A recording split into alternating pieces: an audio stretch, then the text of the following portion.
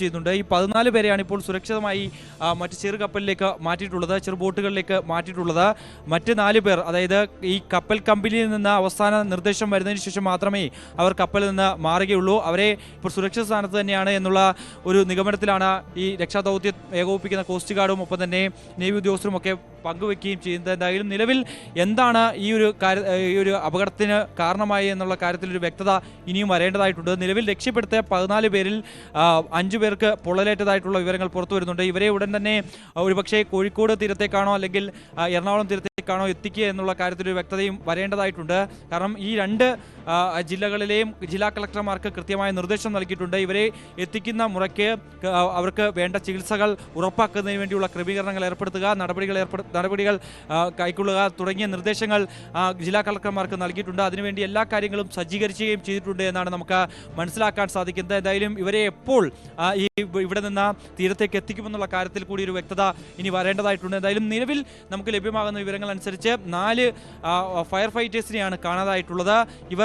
ഇവർ ആദ്യം ഈ തീപിടുത്തമുണ്ടാകുന്ന സമയത്ത് ഇവർ തീയണയ്ക്കുന്നതിന് വേണ്ടിയുള്ള ശ്രമങ്ങളൊക്കെ നടത്തിയിരുന്നു എന്നാണ് മറ്റ് ജീവനക്കാർ പങ്കുവയ്ക്കുന്നത്. അതായത് നിലവിൽ ഇവർ കപ്പൽ ഔട്ട് ഓഫ് കൺട്രോൾ ആണ് എന്നുള്ള വിവരങ്ങൾ കൂടിയാണ് പുറത്തു വരുന്നത്. അതായത് തീ കെടുത്താൻ ഇതുവരെയും സാധിച്ചിട്ടില്ല. ഒരു പക്ഷേ അത്തരത്തിൽ ഉള്ള സമഗ്രമായിട്ടുള്ള ദൗത്യമാണ് പുരോഗമിക്കുന്നത്. എന്തായാലും നിലവിൽ തീ അണയ്ക്കാൻ സാധിക്കില്ല എന്നുള്ളൊരു വിലയിരുത്തലിലേക്ക് കൂടി കാര്യങ്ങൾ എത്തുന്നുണ്ട്. കാരണം അത്രത്തോളം വലിയ രീതിയിലുള്ള പൊട്ടിത്തെറിയാണ് ഉണ്ടായിട്ടുള്ളത്.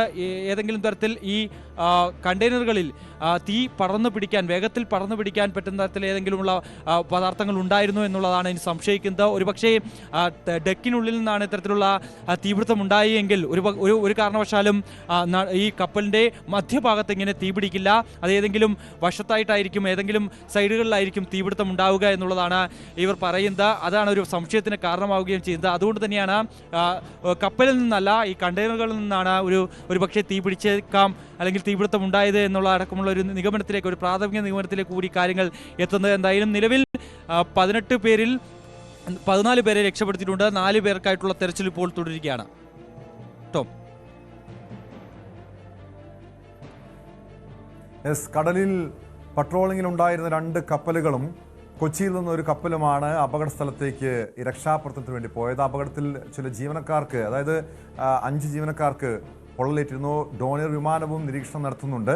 നേവിയുടെ INS സൂറത്തും രക്ഷാപ്രവർത്തനത്തിനായി സ്ഥലത്തേക്ക് എത്തിയിട്ടുണ്ട്. ബേപ്പൂരിൽ നിന്നും സംഘം ഉടൻ തന്നെ രക്ഷാപ്രവർത്തനത്തിനായി സംഘങ്ങളോടെ എത്തുമെന്ന വിവരമുണ്ട്.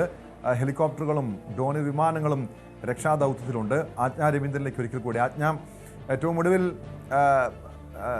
നേവി നൽകുന്ന വിവരം അനുസരിച്ച് രക്ഷാപ്രവർത്തനത്തിന് വേണ്ടി നിരവധി കപ്പലുകൾ സ്ഥലത്തേക്ക് എത്തിയിട്ടുണ്ടെന്നാണ് മനസ്സിലാക്കാൻ കഴിയുന്നത്. ഈ തീ അണയ്ക്കുക എന്ന് പറയുന്ന അത്ര എളുപ്പമുള്ള കാര്യമാണ്. ഇപ്പോഴും ഈ സ്ഥിതി നിയന്ത്രണ വിധേയമായിട്ടുണ്ടോ?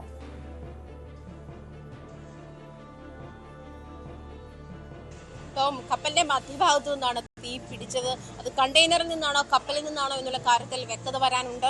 അത് വലിയ തരത്തിലുള്ള പൊട്ടിത്തെറികളൊക്കെ ഉണ്ടാവുകയും ജീവനക്കാർക്ക് ഗുരുതരമായി പൊള്ളലേൽക്കുകയും ചെയ്യുന്ന സാഹചര്യമുണ്ട്. നിലവിൽ കപ്പൽ ഔട്ട് ഓഫ് കൺട്രോൾ എന്ന് തന്നെയാണ് അറിയിക്കുന്നത്. അത് മാത്രമല്ല, ടോം സൂചിപ്പിച്ചതുപോലെ നേവിയുടെ കപ്പലുകൾ രക്ഷാദൗത്യത്തിനായി ഈ കപ്പലിന്റെ അടുത്തേക്ക് പോയിട്ടുണ്ട്. കടലിൽ, അതായത് കരയിൽ നിന്നും 66 നോട്ടിക്കൽ മൈൽ ദൂരെയാണ് അപകടമുണ്ടായിട്ടുള്ളത്.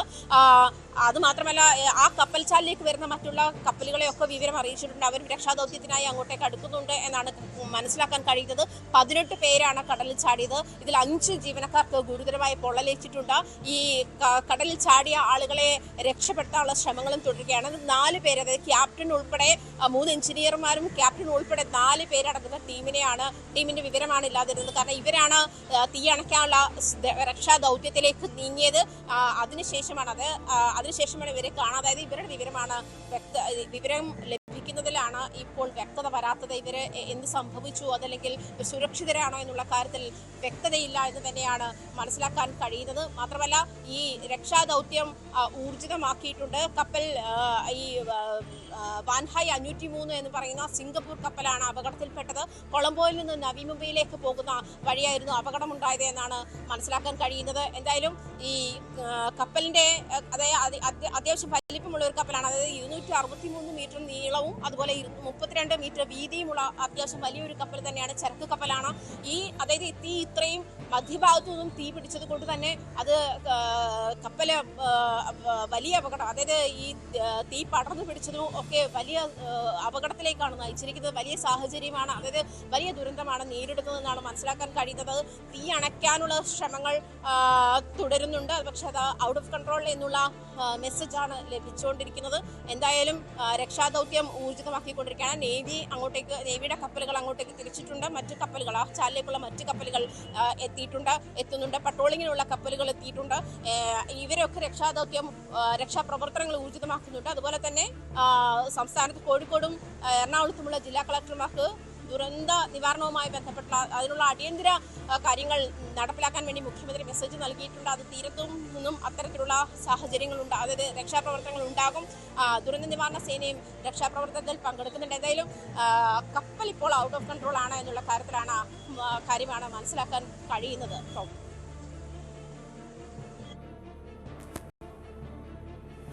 യെസ്, വ്യക്തമാണ്. ആജ്ഞ രവീന്ദ്രനാണ് വിവരങ്ങൾ നൽകുന്നത്. MG മിഥുനിലേക്ക് ഒരിക്കൽ കൂടി. മിഥുൻ, എന്തായാലും ഈ കപ്പലിൽ ഇന്ത്യക്കാരില്ല, കപ്പൽ ജീവനക്കാരിൽ ഇന്ത്യക്കാരില്ല എന്ന വിവരം വരുന്നുണ്ട്. സിംഗപ്പൂർ, ഇന്തോനേഷ്യ, മ്യാൻമാർ പൗരന്മാരാണ് ഈ കപ്പലിലുണ്ടായിരുന്ന ജീവനക്കാർ. ഇതിൽ 18 പേരെ രക്ഷപ്പെടുത്തിയിട്ടുണ്ട്. 4 പേരെക്കുറിച്ച് യാതൊരു സൂചനയുമില്ല.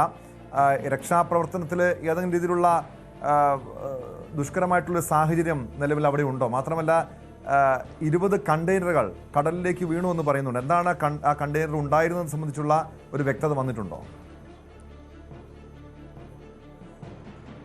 ഇപ്പോൾ രക്ഷാദൗത്യത്തിന് കോസ്റ്റ് ഗാർഡിന്റെ 4 കപ്പലുകളാണ് എത്തിയിട്ടുള്ളത്. ICGS രാജദൂത്, അർണവേഷ്, സജേത് കപ്പലുകളാണ് അപകട സ്ഥലത്ത് എത്തിയിട്ടുള്ളത്. തീ അണയ്ക്കാനുള്ള ശ്രമം ഊർജിതമായി തന്നെ തുടരുകയാണ്. അതേസമയം കണ്ടെയ്നറുകളിൽ അപകടകരമായിട്ടുള്ള വസ്തുക്കൾ ഉണ്ട് എന്നാണ് നമുക്ക് ലഭ്യമാകുന്ന പ്രാഥമിക വിവരം. അതായത് വേഗത്തിൽ തീപിടിക്കുന്ന ദ്രാവകൾ എന്നാണ് ഇത്തരത്തിൽ നമുക്ക് ലഭ്യമാകുന്നത്. കണ്ടെയ്നറിൽ തനിയെ തീപിടിക്കുന്നവ ഉൾപ്പെടെ 4 തരത്തിലുള്ള വസ്തുക്കൾ ഉണ്ട് എന്നാണ് ഒരു അനൗദ്യോഗികമായിട്ടുള്ള വിവരങ്ങൾ തന്നെയാണ്. എങ്കിൽ പോലും തന്നെ അതാണ് ഇത്തരത്തിൽ വലിയ രീതിയിൽ കണ്ടെയ്നറുകളിലേക്ക്, ഒരു കണ്ടെയ്നറിൽ തീപിടുത്തം ഉണ്ടായതിനു ശേഷം മറ്റ് കണ്ടെയ്നറുകളിലേക്ക് വളരെ പെട്ടെന്ന് തന്നെ തീപിടുത്തം ഉണ്ടാകാനുള്ള ഒരു സാഹചര്യം ഉണ്ടാക്കിയത്, അല്ലെങ്കിൽ അത്തരത്തിലൊരു വഴി ഒരുക്കിയത് ഈ ഇത്തരത്തിലുള്ള ദ്രാവങ്ങൾ, വളരെ പെട്ടെന്ന് തീപിടിക്കാനുള്ള സാധ്യതയുള്ള ദ്രാവങ്ങൾ ഈ കണ്ടെയ്നറുകളിൽ ഉള്ളതുകൊണ്ടാണ് എന്നാണ് വിദഗ്ധർ നൽകുന്ന സൂചന. അതായത് കപ്പലിൽ അപായ വസ്തുക്കൾ ഉണ്ട് എന്നുള്ളത് തന്നെയാണ്. അതൊരു പക്ഷേ കടലിലേക്ക് വീഴുകയാണെങ്കിൽ, നേരത്തെ തന്നെ 20ഓളം കണ്ടെയ്നറുകൾ കടലിലേക്ക് പതിച്ചതായിട്ടുള്ള സ്ഥിരീകരണം വരികയും ചെയ്തിട്ടുണ്ട്. അങ്ങനെയെങ്കിൽ ഒരു പക്ഷേ വെള്ളത്തിൽ വീണാൽ തീപിടിക്കാവുന്ന തരത്തിലുള്ള ചില വസ്തുക്കളുണ്ട്. അത്തരത്തിലേതെങ്കിലുമാണോ ഈ കടലിൽ വീണിട്ടുള്ള കണ്ടെയ്നറുകൾ ഉള്ളത് എന്നുള്ള സംശയം കൂടി ഈ ഒരു ഘട്ടത്തിൽ ബലപ്പെടുകയും ചെയ്യുന്നുണ്ട്. മറ്റൊന്ന്, ശ്രമകരമായിട്ടുള്ള ദൗത്യമാണ് ഈ തീയണയ്ക്കുക എന്നുള്ളത്. കാരണം മധ്യഭാഗത്തായാണ് തീ പിടിക്കുന്നത്. അതുകൊണ്ട് തന്നെ കപ്പൽ ഔട്ട് ഓഫ് കൺട്രോൾ ആയി എന്നുള്ളത് തന്നെയാണ്. അതുകൊണ്ട് തന്നെ അവസാന സന്ദേശം ലഭിക്കുന്നതിന് വേണ്ടി കാത്തിരിക്കുകയാണ് കപ്പലിലുള്ള ക്യാപ്റ്റനും മറ്റു 3 എഞ്ചിനീയർമാരും. അതിനുശേഷം അവരെ സുരക്ഷിതമായി സ്ഥാനത്തേക്ക് മാറ്റുകയും ചെയ്യും. നിലവിൽ അവർ കപ്പലിൽ തന്നെ